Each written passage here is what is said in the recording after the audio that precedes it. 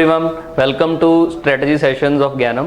तो इस वीडियो में मैं आपको बताऊंगा कि एग्जाम्स की प्रिपरेशन करते कैसे हैं। तो यूजुअली बच्चों को बहुत सारी तैयारी करते वक्त प्रॉब्लम्स आती हैं, दिक्कतें आती हैं। तो उसके अलग अलग कारण हो सकते हैं। पहला तो कारण है कि हमारा एजुकेशन सिस्टम, जैसे भी हमने बचपन से लेके अभी तक स्टडी की होती है बिफोर कॉम्पिटिटिव एग्जाम्स, उसका पैटर्न ऐसा है कि हम वो सेम पैटर्न कॉम्पिटिटिव एग्जाम्स में नहीं चलता। ठीक, तो कुछ चीज़ें हैं, बेसिक सी चीज़ें जो आपको बताऊंगा कि तैयारी करते वक्त कौन किन चीज़ों का ध्यान रखना पड़ेगा हमें। ठीक, तो भाई तैयारी से पहले, कॉम्पिटिटिव एग्जाम से तैयारी से पहले हमें ये पता होना चाहिए कि बच्चों को क्या क्या दिक्कतें आती हैं तैयारी करते समय। ठीक, तो I would like to describe some problems faced by students during preparation time. जैसे कि बहुत बच्चे यूजुअली मुझे बताते हैं कि सर हमारी मेमोरी बहुत वीक है ना। तो one of the problem, main problem comes about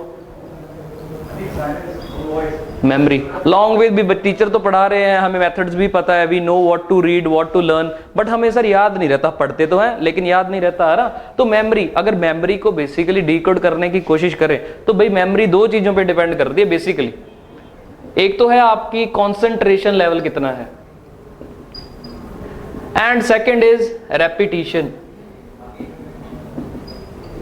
अच्छा, कई बार आपने देखा होगा, you are reading a book, है ना, आप सारा पेज पढ़ गए बुक का, लेकिन आपको एंड तक यही नहीं पता कि आपने ऊपर क्या पढ़ा। Then you start reading it from start again, है ना। तो उस टाइम आपकी कंसंट्रेशन बहुत ही ज्यादा लो होती है, जिसकी वजह से आपको कुछ याद नहीं रहता।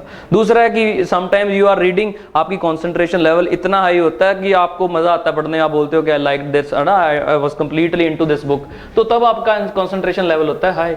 ठीक, और तीसरी चीज जो आती है वो है रेपिटेशन, कि आप एक ही सोर्स को बार बार कितनी टाइम करते हो।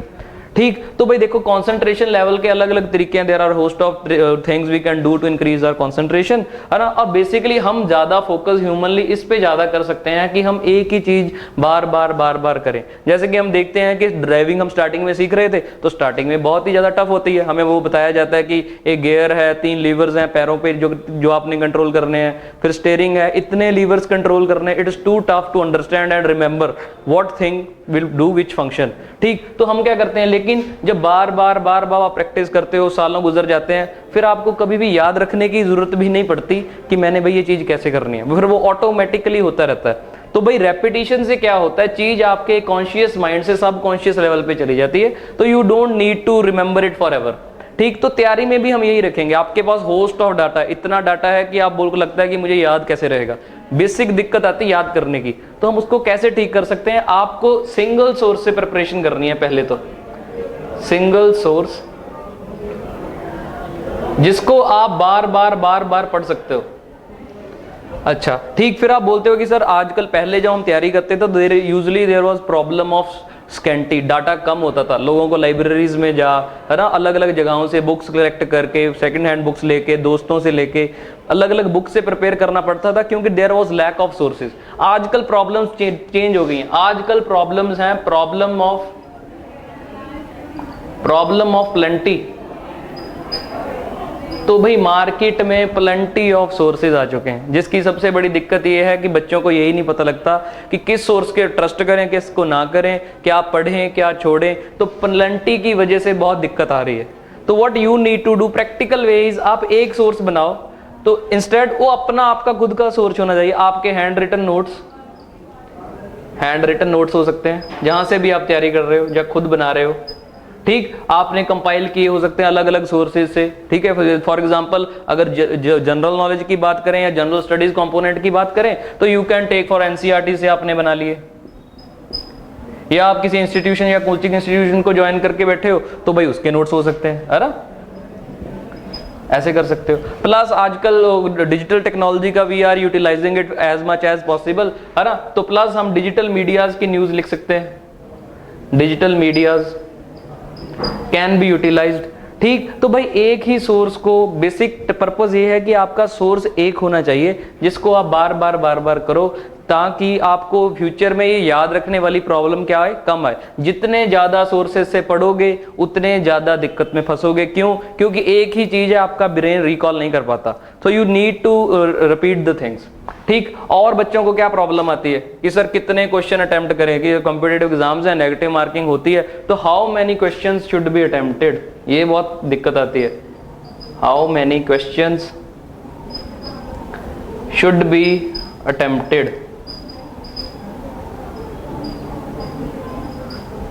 तो यूजली हम अपने फ्रेंड से पूछते हैं एग्जाम्स के बारे में कितने क्वेश्चन अटेम्प्ट किए, है ना, कोई हमने किए होते हैं कम, कोई बोलता है हम पीपल ट्राई कि जितना आता है उतना ही करो, है ना। तो बाहर दोस्तों से पूछते हैं तो वो बोलते हैं कि मुझे तो 92 आते थे आउट ऑफ 100, या मैंने 92 अटेम्प्ट किए आउट ऑफ 100, है ना। तो भाई कुछ लोग ज्यादा गैस वर्क पे ज्यादा डिपेंड करते हैं कि भाई जो मुझे थोड़ा बहुत भी डाउट लगता है नहीं हो सकता या हो सकता है, मैं उसको अटेम्प्ट कर देता हूँ, ठीक। तो भाई इसका किसी ओवरऑल जनरल जवाब नहीं दिया जा सकता कि हर बच्चा कितने क्वेश्चन अटेम्प्ट करे। There cannot be any hard and fast logic, है ना। तो भाई क्वेश्चन कितने अटेम्प्ट करते हैं, तो एक तो जितने आपको 100% करेक्ट आते हैं वो एक कंपोनेंट हो गया, ठीक। एक क्वेश्चन होंगे जो आपको आप जीरो हो, जिनमें आपको पता है कि I don't know anything about this question, और एक ये हो गया, और एक हो गया डाउटफुल क्वेश्चंस। डाउटफुल क्वेश्चंस, ठीक। तो तीन कैटेगरीज बन जाएंगी। एक जो आपको डेफिनेटली पता है कि डेफिनेटली आप श्योर हो, एक आपको आता ही कुछ नहीं है उसमें से, ठीक, और ये क्या है, डाउटफुल है, ठीक। तो भाई इस कहानी सिर्फ इस पे डिपेंड करती है कि इसमें से आप कितना गैस वर्क लगा सकते हो। तो गैस वर्क की जितना, जहां तक मैंने देखा है कि ओवर एंड ओवर इंसान की इंट्यूशन लेवल ऑलमोस्ट सेम होता है ना। हर एग्जाम में जितने भी आप क्वेश्चन ट्राई कर रहे हो, गैस वर्क से कर रहे हो, तो ऑलमोस्ट ऑलवेज आप रेट निकाल सकते हो अगर टेक्निकली या प्रैक्टिकली देखें कि rate of your gas work कितना सही है। तो अगर आपको लगता है कि आपकी इंट्यूशन आपका साथ देती है और आप जितने भी ऑलमोस्ट 10 गैस वर्क कर रहे हो तो अबव 5 या 6 सही हो रहे हैं, तो आपकी इंट्यूशन क्वाइट स्ट्रांग है, तो you should go for this gas work.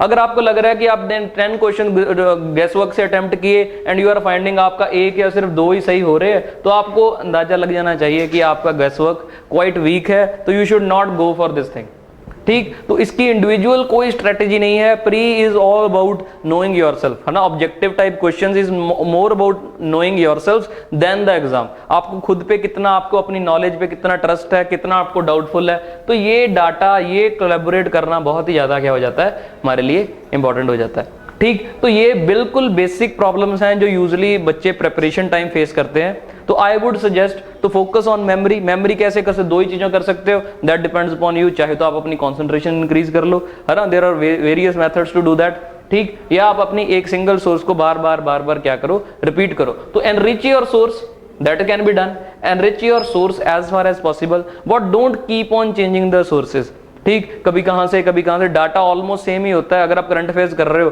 तो अलग अलग सोर्सेज, तरीके अलग अलग हो सकते हैं बताने के, over and over data same ही होता है। तो कीप योर सोर्सेज फिक्स्ड, ठीक। और गैस वर्क पे, अपनी इंट्यूशन रेट पे, अपनी इंट्यूशन पे वर्क करो कि हाउ मच आपका इंट्यूशन रेट है। अगर इंट्यूशन कम है तो भाई कम करो अटेम्प्ट, अगर इंट्यूशन बहुत अच्छी है ना, यू ऑल जो जिस भी आंसर को आप गैस वर्क से ट्राई करते हो नियर एंड नियर वो सही रहता, तो you should go for it, ठीक। तो living with you all these methods, I hope these will help you in preparing the exams.